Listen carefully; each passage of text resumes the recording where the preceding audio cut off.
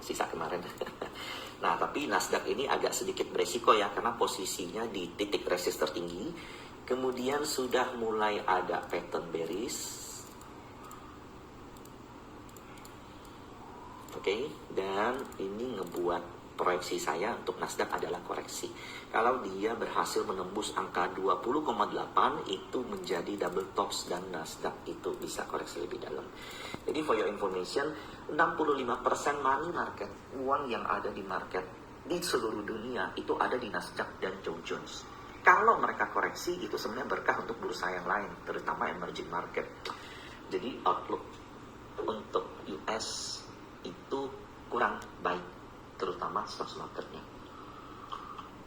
Kita juga lihat sebentar lagi Amerika itu bakal melakukan relaksasi hutang. Kita juga sebenarnya, sayangnya kita udah cut rate sekali dan ada potensi cut rate sekali lagi. Sementara untuk Amerika sendiri sampai saat ini Powell tidak menunjukkan gelagat kalau Fed bakal cut. US 10 years itu penting, indikator yang salah satu indikator yang bisa menunjukkan kondisi kesehatan keuangan satu negara. Kalau seandainya US 10 years ini naik, let's say sampai ke kemarin tuh agak serem tuh sampai 4,8 tuh. Nah, kemarin sempat sampai 4,8, sempat 4,6, kemudian Trump melunakkan soal perang dagang. Kenapa? Karena begini, ketika pemerintah Amerika ingin melakukan restruksasi hutang, yang akan dia lakukan adalah menerbitkan surat hutang baru. Oke, surat hutang baru mereka akan tidak berharga kalau yield-nya itu tinggi. Jadi di suku bunga 4,4% US 10 years ini itu boleh dikatakan harganya itu murah. Padahal dulu US 10 years itu harganya mahal banget. Di zaman COVID ya, di zaman COVID US 10 years itu di angka 0, something. Jadi semua uang yang ada di seluruh dunia itu takut lah belinya Amerika, belinya bonds Amerika. Karena saat itu negara Amerika dianggap negara nomor 1 yang nggak mungkin gagal bayar. Ya udah kita beli deh, kita borong. Sampai harganya sempat hampir nol ya. Hampir nol pun masih dibeli sama orang. Bayangkan, kalian beli suku bunga, kalian beli deposito, nggak dikasih bunga, nggak apa-apa deh beli. Daripada uangku nilainya turun. Nah, di krisis kali ini, US 10 years-nya nggak koreksi. Nah, itu yang ngebuat Trump gusar. Itu juga yang ngebuat harga emas kemudian naik. Karena saat ini orang-orang itu makin pinter. Mereka ngelihat ada potensi kalau dolar itu melemah, dan itu terlihat. Nah, kalian lihat ini. Dan itu terlihat dari DXY yang udah jebol ke bawah 100. Ini kalau orang-orang teknikal nih pasti paham, ini namanya triple tops. Potensi triple tops dari DXY ini itu akan membuat dolar itu melemah terhadap seluruh mata uang. Nah, kalau teman-teman pengen nyari musuh dari ini ya, teman-teman harus cari Asian country, emerging country yang paling kuat. Nah, menurut saya salah satunya Singapura. Jadi kalau teman-teman punya cash gede, ya maaf nih rupiah, ngapain gue simpan rupiah, mendingan gue simpan Singapura. Ya enggak? Jangan beli dolar menurutku, karena dolar dengan adanya restruksasi kemudian di XY posisi seperti ini, mungkin masih 1-2 tahun perlu waktu untuk dolar pulih. Dan dolar yang melemah artinya apa? Ada yang ngerti nggak? Ada yang bisa kasih clue nggak? Kalau dolar melemah, apa yang paling diuntungkan? Jadi dengan melemahnya dolar, pertama, mata uang negara lain itu akan ada kecenderungan untuk menguat. Yang kedua, kita beli emas, negara lain beli batu bara, negara lain beli nikel, beli CPO, beli gandum, beli soy, beli wheat, beli CPO, beli oil, itu semua acuannya adalah dolar. Maka dengan melemahnya dolar akan ada potensi terjadi lonjakannya komoditas. Nah, di sini yang saya mau bahas sama kalian. Ini teman-teman kalau seandainya kalian dari grup ya, teman-teman pasti udah tahu lah ya, kita mainnya kebanyakan di saham-saham yang memang restruknya cukup kencang, yang ada proxy asing, yang kemudian dia melakukan corporate action kayak kita punya BRPT ya, kayaknya lagi hot PGEO, kita punya Dewa Bumi BRMS. Stok pick kita yang nggak jalan ada nggak? Kok ada. Perbankan kita boleh dikatakan sampai saat ini kami masih belum jalan perbankan kita.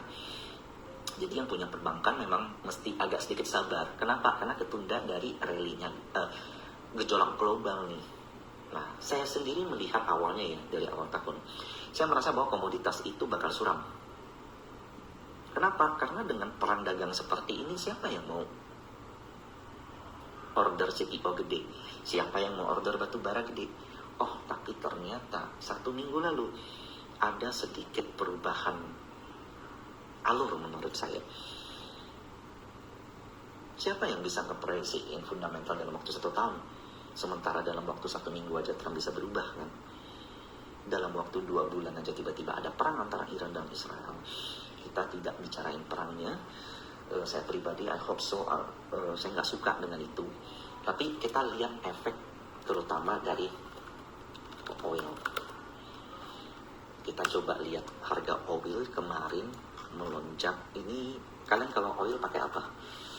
Nah, kita pakai ini deh ya. Tuh. Teman-teman lihat oil yang downtrend, yang tiap hari create lower low, tiba-tiba kenceng. Kemudian kalau kita lihat MACD ya, itu ada konsep yang saya buat. Bukan saya buat sih, ini konsep yang memang sudah ada dari technical analysis sejak zaman dulu. Ketika MACD titik lower low-nya itu sudah semakin tinggi, sehingga menciptakan lower high, sementara harga dari komoditas itu makin turun, itu ada potensi reversal. Dan oil sendiri saat ini menuju bullish. Teman-teman setuju nggak kalau lihat ini? Nah, kalau oil ini menuju bullish, targetnya ini itu bisa sampai 100.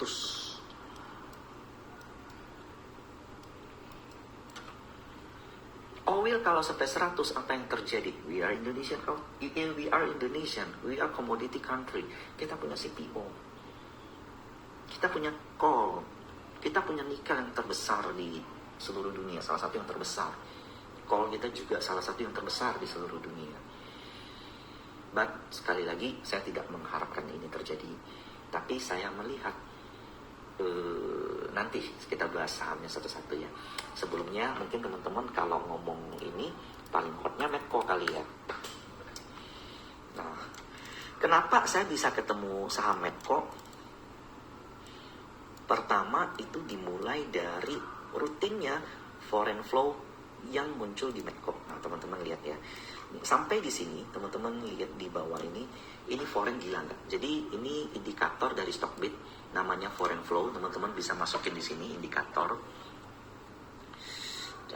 cari di turunin di sini nih, net foreign buy and sell. Kalau teman-teman klik, bakal muncul tuh bar di bawah. Hijau dan merah itu bukan inflow dan outflow ya. Hijau itu inflow kalau seandainya foreign net buy, merah itu outflow kalau foreign net sell. Jadi warna candle tidak sesuai atau tidak sama dengan chart, dengan bar indikator yang ada di bawah.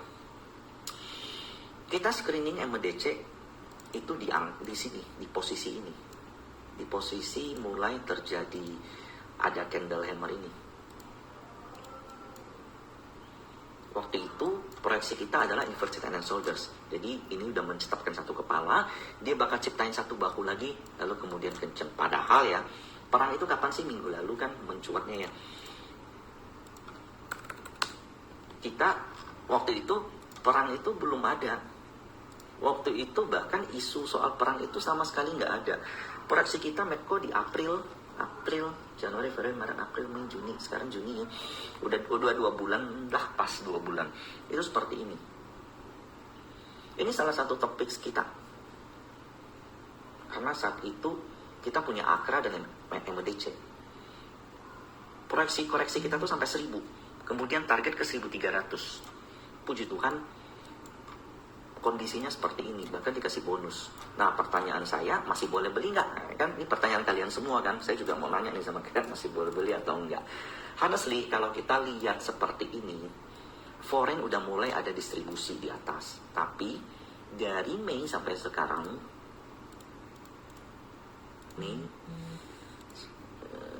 sampai sekarang, nah sebenarnya masih netral aja. Dan saya salut tuh sama retail sekarang tuh ya, YP itu Mirai net sell, Stockbit net sell, ini yang saya tahu retail ya. GR Panin net sell, AZ retail net sell, CP net sell, XA net sell. Kalau dulu teman-teman yang sering lihat Dropzone pasti tahu, kalau posisi begini retail semua net buy tuh, karena semuanya FOMO gitu kan, punya duit habis dari mungkin kayak habis dipecat atau kehilangan kerjaan atau karena COVID, work from home, tabungannya dikeluarin, dilempar semua ke stock market, semuanya net buy. Nah saat ini semuanya net sell, kebanyakan taking profit. Dan pola retail ini berubah, mereka lebih berani beli kalau koreksi, dan itu menurutku top. Salah satu perubahan pola yang cukup baik. Nah, Medco gimana? Oke, kita lihat. Menurutku Medco masih ada peluang untuk menyentuh 1600, 1700. Karena di dalam gambar yang lebih besar, di dalam time frame yang, kalau kita lihat time frame yang lebih panjang lagi, dia meng-create pola yang sama yang ada di bottom kemarin. Ya enggak? Setuju nggak teman-teman? Jadi saya agak berusaha subjektif di sini. Kemarin waktu terakhir live sama Cicu Ai kan banyak tuh saham yang kita bahas yang reversalnya tuh kayaknya muluk-muluk. Kayaknya hampir kejadian semua deh. Sampai Cicu Ai juga bilang kalau nggak punya dewa, kalau mau kaya ya punya dewa gitu. Saat itu kita punya call juga pilihnya bumi, kenceng juga bumi. Lalu ada BRMS, ada MDKA, ada BRPT, ada TPIA waktu itu sama Pak PP. Kayaknya waktu itu sama Pak PP kita cuma pilih 2 kan.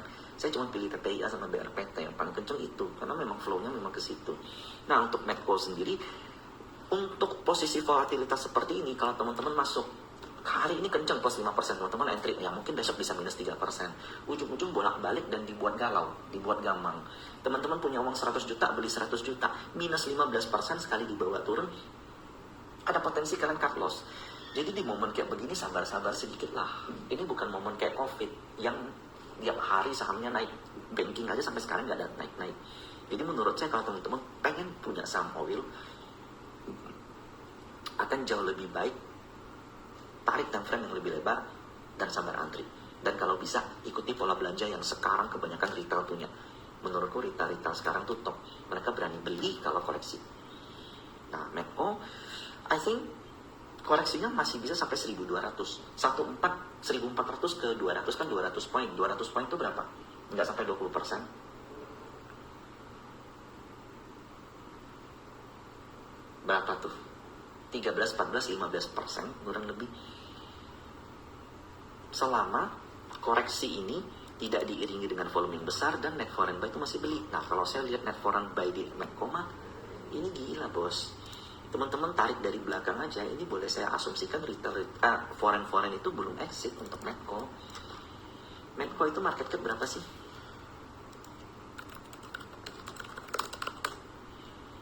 34 triliun, ya masih jauh sih kalau untuk MSCI. Oke, kemudian ini oil, lalu ada Akra. Ya Akra sebenarnya nggak ada hubungan dengan harga oil sih, karena dia nggak trading. Elsa lebih ke distribusi doang. Sebenarnya kalau oil itu lebih menarik perkapalan, kayak MDR-nya, kemudian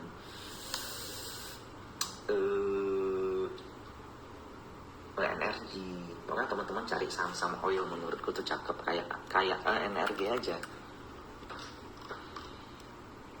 Tuh. Jadi kayaknya gambar kapan itu aku lupa. Targetnya nyampe banget, dan di saat dia udah mencapai target, ternyata dia nge-create pattern yang baru. Nah ini kalau lewat ini, ya nextnya itu ke 400 untuk energi. Dan di sini biasanya ya begini tuh udah ada divergence tuh. Saya coba masuk ke sini.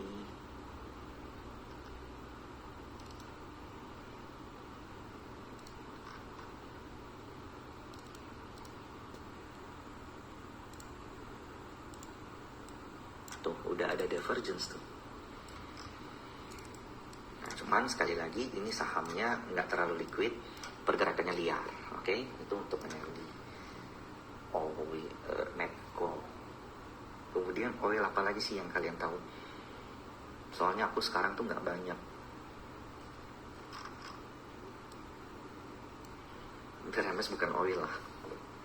SMDR good, ya teman-teman lihat nih SMDR perkapalan. Polanya sama seperti energi, targetnya tuh ke 400 juga. Ini lihat ya breaknya dengan volume. Foreign juga mulai aktif. Hari ini juga termasuk volumenya gede. Sementara kalau support sih 320 sampai 300. Target 400 ya masih cengli lah. Wins yes, bener. PTRO saya nggak lihat. ESA sebenarnya menarik kemarin. Oh enggak deh. Raja, oke. Saya cukup meyakini Raja tuh bakal ke 3000. Nah teman-teman lihat ini. Sayangnya memang rally-nya Raja belakangan itu tidak seperti rally-rally sebelumnya. Dia udah mulai berat dan udah mulai banyak penumpang gitu. Yang saya suka dari Raja adalah ketika dia breakout, dia ada peningkatan volume. Kemudian aktivitas foreign juga cukup meningkat. Sehingga saya bisa asumsikan break ini adalah valid. Dan target dari Raja itu 3200. Oke. Sayangnya di sini tuh udah ada perlemahan. Kenaikannya itu yang kayak begini ngebuat racing wedge. Racing wedge itu kalau breakdown koreksinya bisa lumayan dalam. Nah di saat itulah momen paling tepat untuk buy. Menurutku Raja saat ini 26 sampai 25 atau 27 deh maksimal untuk buy. Kalau kita lihat Bloxum dari semenjak breakout aja lebih fair kalau kita ambil sejak breakout. Nah ini distribusi sama lokalnya OD, CP, BK, SA. Sementara kalau dari April masih distribusi. Makanya ya ini gerakannya memang nggak terlalu enak.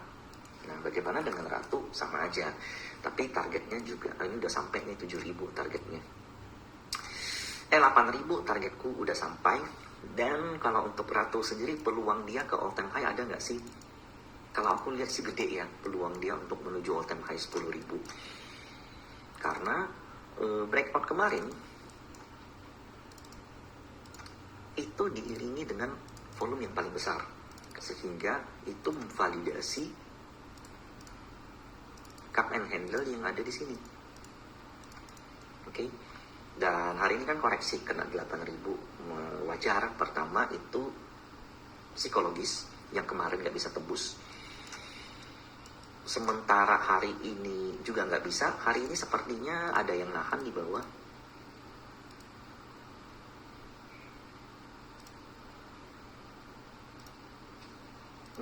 Ratu, kita lihat.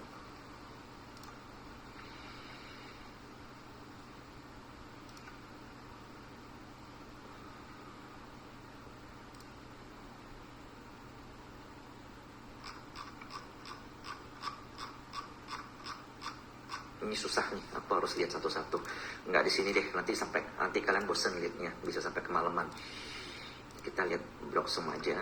Hari ini ya ada distribusi, wajar menurutku. Pertama harga tinggi, jadi kalau Ratu koreksi, kesempatan untuk buy-nya tuh di dekat 7.000. Kalau dibilang ke neckline 6.500, saya rasa terlalu jauh. Bukan nggak mungkin, mungkin aja. Nah, target untuk Ratu sendiri, kalau saya lihat all time high 10.000. Dan ini termasuk proxy oil ya. Kalian lihat foreign-nya dari Mei.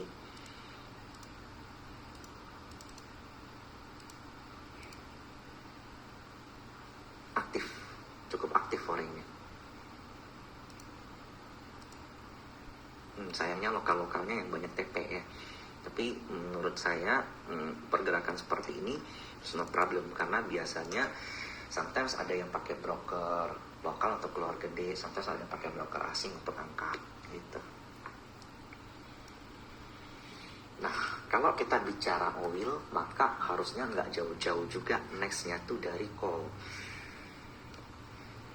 Kalau perang itu meluas, pusat dari 20% atau 25% minyak dunia itu berasal dari Selat Hormuz. Kalau Selat Hormuz sampai diblokade sama Iran atau Israel, itu bisa ngebuat pasokan oil itu terhambat. Dan ini bisa mengulang zaman-zaman 2022 ketika Rusia mengumumkan perang terhadap Ukraina. Terjadi cost push inflation, terjadi demand yang berkurang. Terjadi supply push cost, bukan dari demand. Dan itu bisa ngebuat kalau harga oil naik terus, dan itu juga bisa menguat subsidiarinya yaitu coal kenceng. Menariknya nanti saya bakal bahas kedua. Bumi. Kita tahu kalau bumi itu majority investor itu sudah setuju untuk melakukan kuasi. Jadi bumi itu akan melakukan restruksasi hutang yang cukup besar, di mana kalau bumi berhasil disetujui, yang nextnya itu adalah regulator ya. Kalau regulator menyetujui kuasinya, maka bukunya bumi itu bakal bagus. Dan bukan nggak mungkin bumi bisa bagi dividen. Salah satu company coal yang underdog saat ini itu adalah bumi. Kenapa? Karena posisinya itu masih dianggap remeh gitu loh. Posisinya masih hutangnya cukup gede, kemudian nggak pernah bagi dividen. Yang jadi idaman ini kan kalau nggak PT PAAD. Nah, kalau nanti bumi berhasil merestruksasi kuasinya udah berhasil, maka bumi ini bakal bisa masuk top tier daripada company coal di IHSG. Dan ini belum, ini masih kayak, bagiku ini masih kayak momen-momen persiapan. Nah, apakah momen itu akan sampai? Kalau kita perhatikan bumi sejak dari tahun 2000, sepanjang tahun 2023 sampai 2024 dia itu nggak kemana-mana. Tapi kabar baiknya dari 2020 dia di 50 itu berhasil bangkit, dan ini mirip sama Dewa. Kalau teman-teman lihat Dewa dengan posisi yang sama, dia nggak kemana-mana sampai 2024. Di 2020-25 kenceng. Nah, ini saya masih ada gambarnya, pas banget nih 200. Nah, ini bukan nggak mungkin bisa kejadian di bumi jika yang saya asumsikan itu benar, yaitu mengenai perang yang meluas, kemudian harga oil itu menanjak. Proksi perang itu cuma satu, oil bagi saya.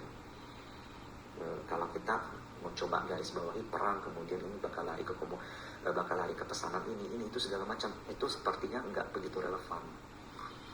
Nah, bumi sendiri sayangnya kita tahu pergerakan saham Bakri Group itu memang agak liar dan agak sulit diproyeksikan.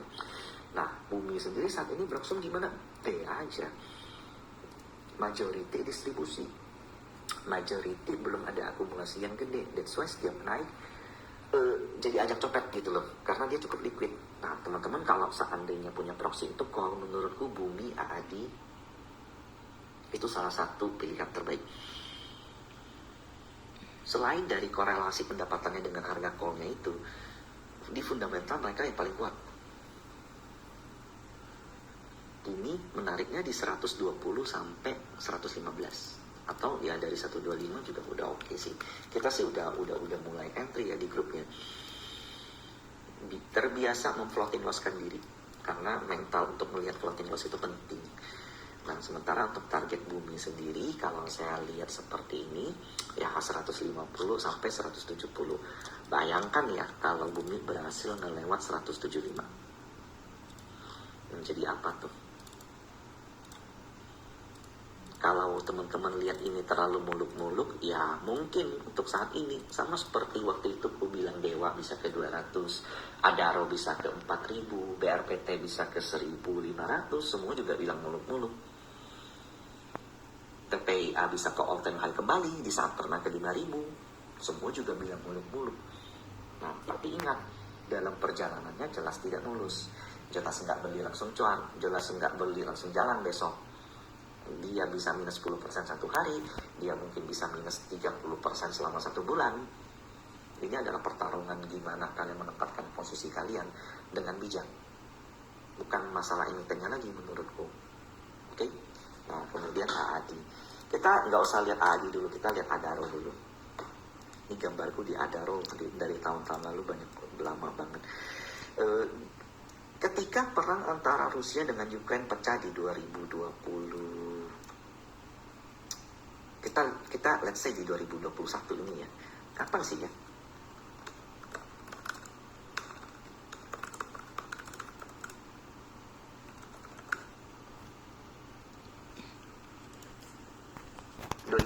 Ya. Nah, di 2022, oke, benar. Teman-teman lihat di 2022 ada pola yang menurut saya cukup menarik. Ini foreign kayak seperti udah tahu kalau bakal ada perang, atau kita nggak usah ngomong perang deh. Foreign seperti udah tahu kalau harga coal itu bakal melonjak.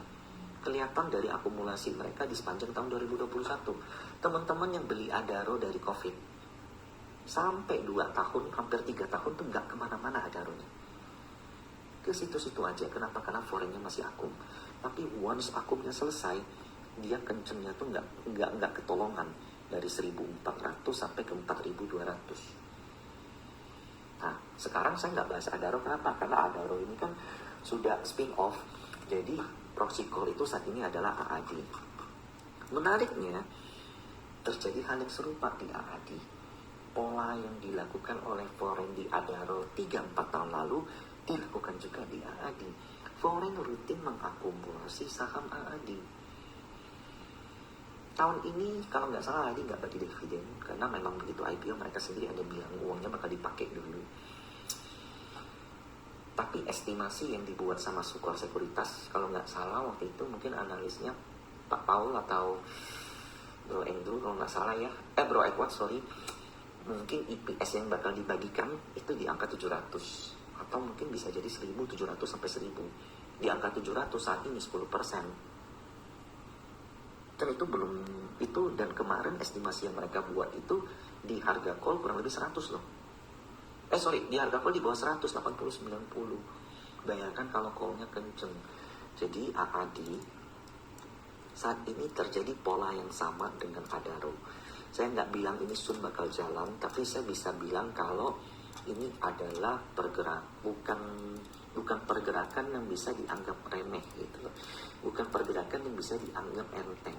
Kalau saya lihat sendiri ada potensi AAD itu membentuk bottoming nih di angka-angka 8.000 sampai 6.000 atau 8.000 sampai 7.000. Titik kunci bullish-nya itu di 8.000. Kalau dia ngelewat 8.000, ya kemungkinan potensi pergerakannya itu kembali all time high. Karena lihat foreign yang akum dari Maret, saya agak dejavu nih teman-teman. Dejavu nggak? Waktu itu kita bahas Adaro. Kalau ada lokal-lokal keluar menurut saya wajar ya, karena ini kan saham yang baru IPO, pasti ada yang keluar, ada yang pindah atau apa segala macam. Itu menarik. Kemudian AAD ini kan market cap berapa ya?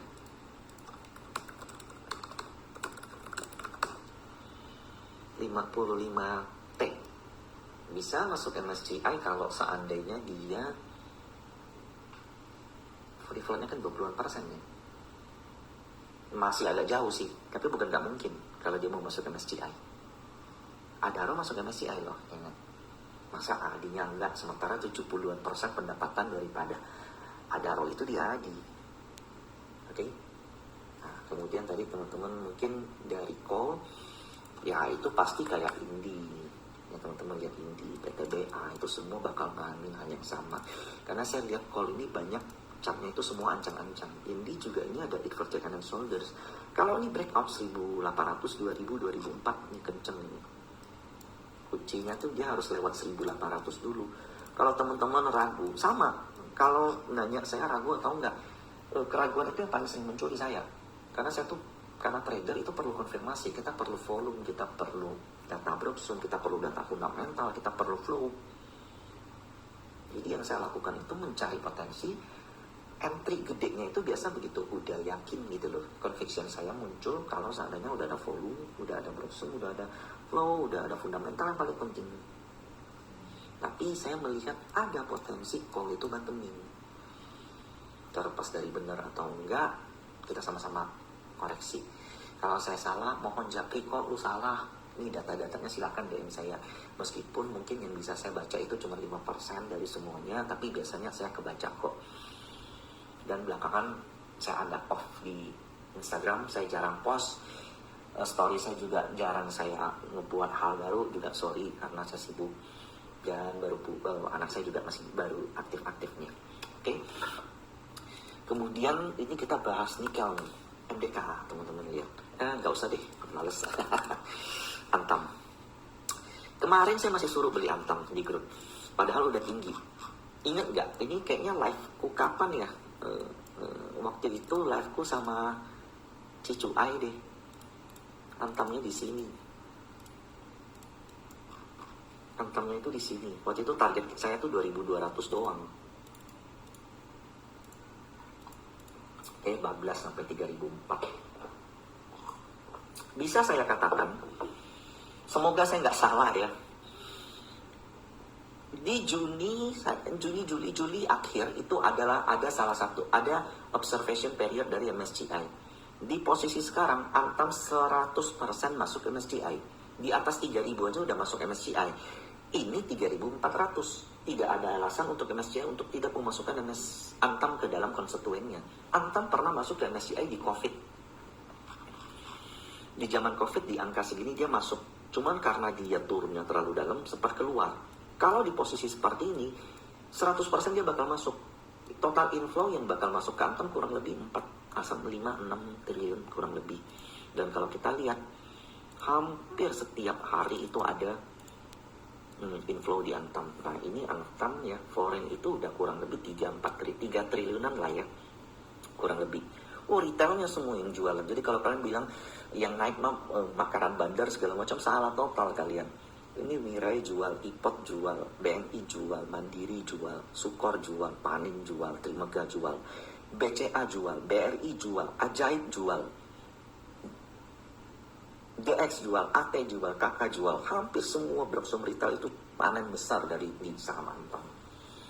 Kalau baru mau masuk sekarang, boleh nggak? Aneh dong. Target MSCI 3.000 minimal. Di 34 harusnya yang keluar tuh nanti mereka. Kasih dong mereka keluar, jangan elu lagi gitu.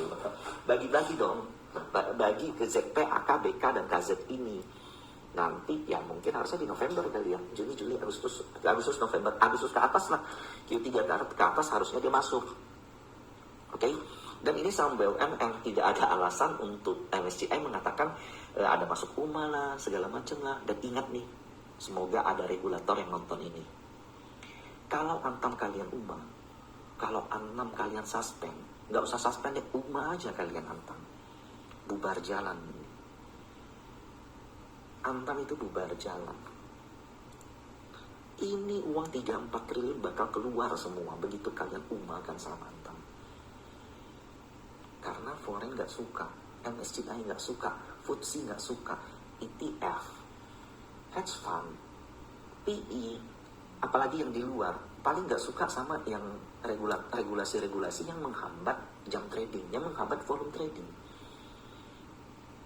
Kalau sampai kalian UMA Antam, dia nggak akan bisa masuk MSCI, jadi nggak akan keluar. Dan saya bisa pastikan ini bakal longsor. Dan itu jangan kesampaian. Jadi regulator tuh mesti hati-hati dalam mentato atau memberikan status UMA terhadap saham-saham kita. Harusnya kita dukung konstituen kita masuk ke dalam MSCI sebanyak-banyaknya. Itu salah satu cara menarik asing. Kalau teman-teman bilang gini deh, oke, perbankan masih belum menunjukkan ada inflow yang kuat ya, Bank Mandiri, BRI, BNI. Ingat gak di salah satu podcast saya dengan Leon, saya bilang salah satu cara untuk meningkatkan asing masuk ke dalam kita, enggak perlu dengan pemerintahnya. Karena kalau dari pemerintahnya mungkin perlu waktu, atau itu terlalu besar, kapalnya terlalu gede untuk diubah, untuk digerakkan, perlu waktu, perlu proses. Salah satu caranya adalah naikkan saham-saham, berikan peluang saham-saham yang liquid, yang market cap-nya sesuai untuk masuk MSCI. Dan ini Antam bisa masuk. Nanti teman-teman lihat deh, harusnya jika Antam bermain di angka 3.000 ke atas sampai akhir tahun, maka bertambahlah satu konstituen kita di MSCI jadi 19, kemarin 18. Sebelumnya 20-an. India dari 16, 20, 30, sekarang 40-an. Tahun ini India mau masuk 6. kita dikeluarin mulu karena Uma lah, karena Sussman lah. Kasihan kan. Nah, Antam all time high, bukan all time high sih, all time high-nya di 4.000-an. Dia saat ini kalau kita lihat weekly, tuh,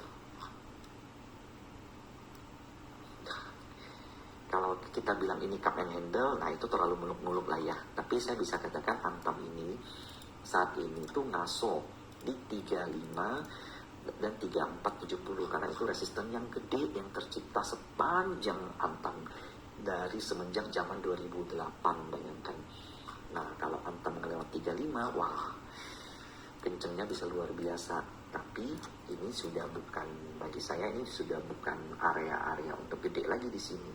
Biarkan mereka aja yang main, biarkan mereka yang uang triliunan 34T itulah, itu mereka punya jatah gitu loh. Kita kan udah lumayan kan. Nah, lalu emiten emas lain gimana kok? PSAB saya nggak bahas lah ya, karena kalau saya bahas jadinya bias kan, terlalu kecil. SQMI saya juga nggak bahas. MDKA goldnya kecil. BRMS salah satu company yang punya proxy emas dan purenya emas gitu loh. Berapa angka saat ini market cap dari BRMS berapa? 64T something. Berapa angka BRMS untuk bisa masuk ke MSCI? Jawabannya di atas angka ini.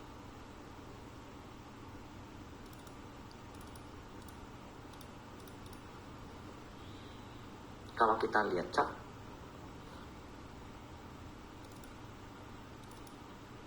memang sometimes chart itu menjadi pendukung dari aksi frontrunner yang dilakukan oleh investor. Sometimes chart bergerak duluan tanpa kita perlu cari tahu. Sometimes kita bisa lihat, oh ini ada pergerakan nih, ini ada something nih. Nah, 500 itu adalah angka psikologis, sama seperti Ratu di 8.000, TPIA di 11.000, atau Aman di 8.000 juga ya. 8.000 atau 10.000. 500 itu angka psikologis. Dan BRMS, lihat pergerakan foreign yang tiba-tiba aktif di 21 Mei. Sampai saat ini,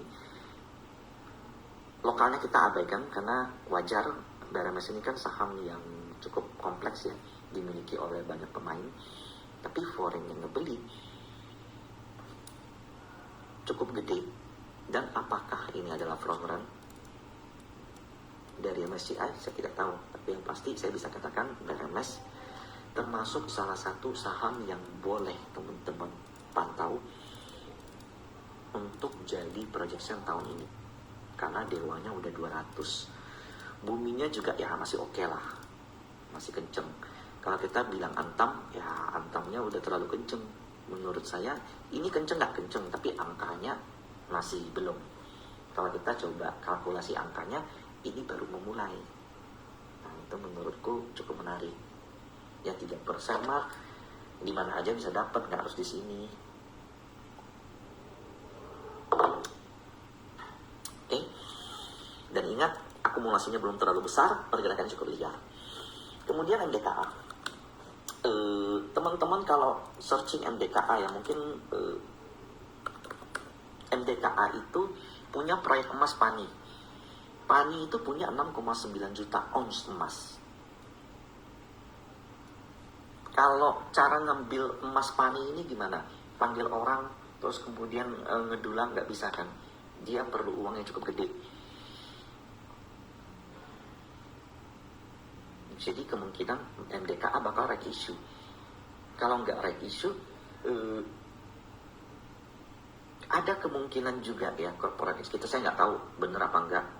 MDKA itu meng-IPO kan salah satu anak usahanya, salah satunya PANI-nya, untuk dapat dana, untuk menggarap emasnya itu. Dan tahu nggak berapa nilai untuk PANI itu sendiri? Nilai dari Project Gold PANI itu sendiri kurang lebih setara dengan market cap MDKA. Menariknya MDKA kan dia keluar dari MSCI di sini nih. lihat di 28 Februari kan keluar tuh, ada sekitar 1 atau 2 triliun MDKA keluar. Setelah dia dikeluarkan dari MSCI, kalau kita lihat dari Februari sampai sekarang, ini foreign yang keluar nih ya, udah 1 triliun lebih, 1-2 triliun. Maka bisa dikatakan musuh dari foreign tuh nggak ada lagi MDKA. Makanya kalau teman-teman lihat dari April sampai sekarang, sellernya tuh foreignnya udah kecil, majority lokal sellernya. Sudah tidak ada seller dari foreign lagi, karena passive fund udah keluar dari MSCI, ini udah nggak dalam konstituen. Dan berapa sih angka MDKA untuk balik MSCI? Teman-teman pasti bakal kaget. Kalau dia bakal keluar di bawah 2000-an, dia untuk masuk itu mesti di 4000 kurang lebih di angka 4000. Jadi PR-nya cukup besar. Dan yang saya suka daripada ini adalah foreign yang keluar dari MDKA karena MSCI diserap oleh lokal yang cukup gede. Kalian lihat ini KI Cipta Dana, ODPD, CC, MGPB itu akumulasi MDKA lumayan. Jadi bagi saya MDKA nggak usah jauh-jauh dulu lah, 2006, 2008, 3000 dulu. Karena pricing ini kan nikel dan emas ya, sayangnya di situ. Tapi game changernya menurutku, apakah dia bisa membawa balik, owner bisa membawa balik MDKA ke MSCI? Apakah dia berhasil untuk meng-IPO-kan pada usahanya, atau maybe melewat skema right issue?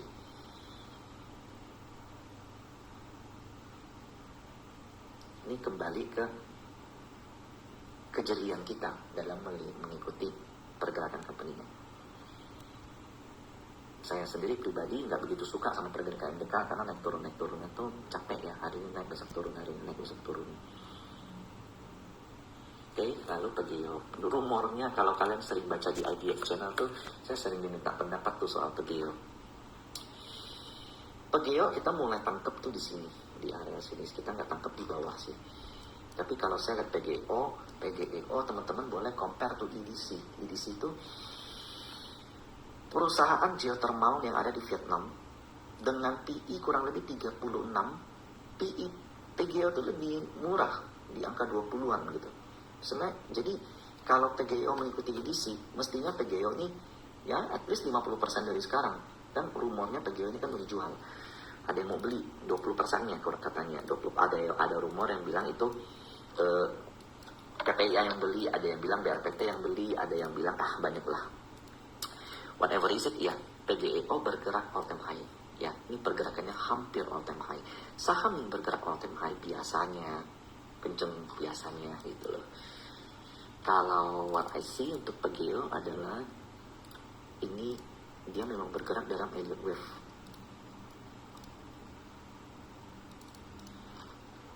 At least ke 1800. PGEO ini sendiri kalau teman-teman lihat bullish pennant, ininya kita hapus deh biar nggak terlalu bias. Target kenaikan dari bullish pennant ini adalah ya di 1800. Akumulasinya juga boleh saya katakan cukup dewa.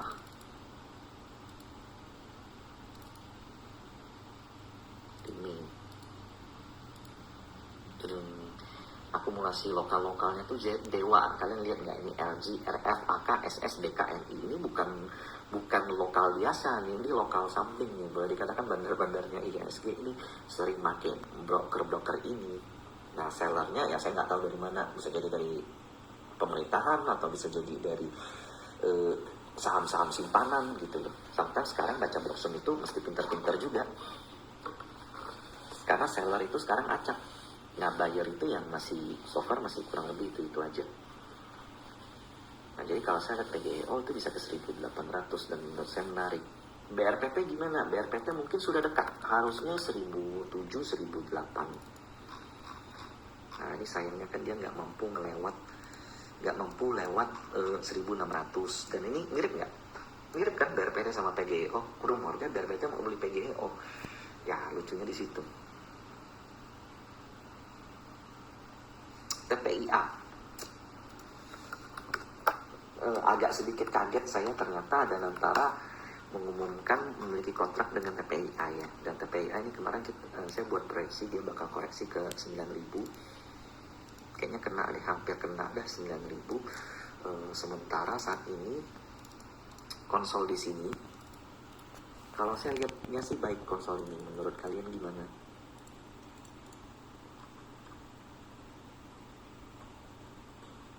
Targetnya all time high lagi 11.000.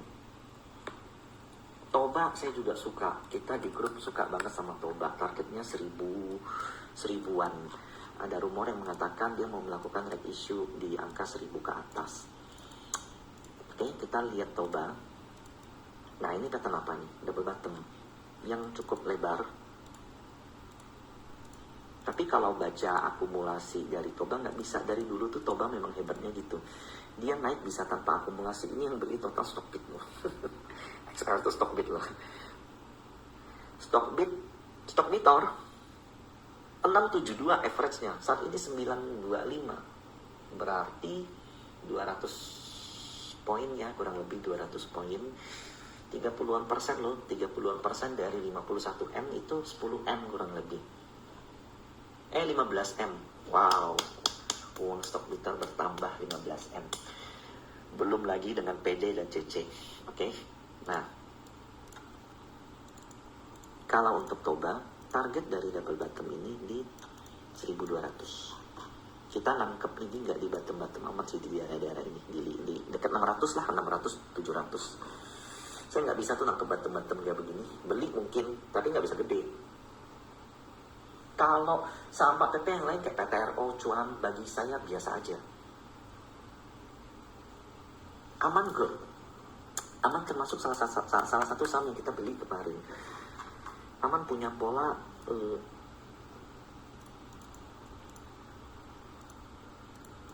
cup and handle. Hari ini harusnya pergerakan kayak begini sih harusnya akumulasi ya.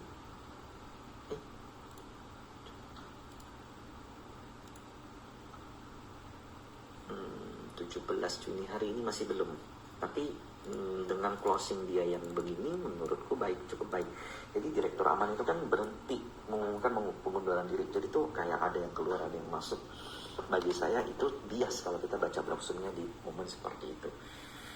Tadi bentar, ini kita ngomong Aman, ada satu lagi Medco, Aman. Oh,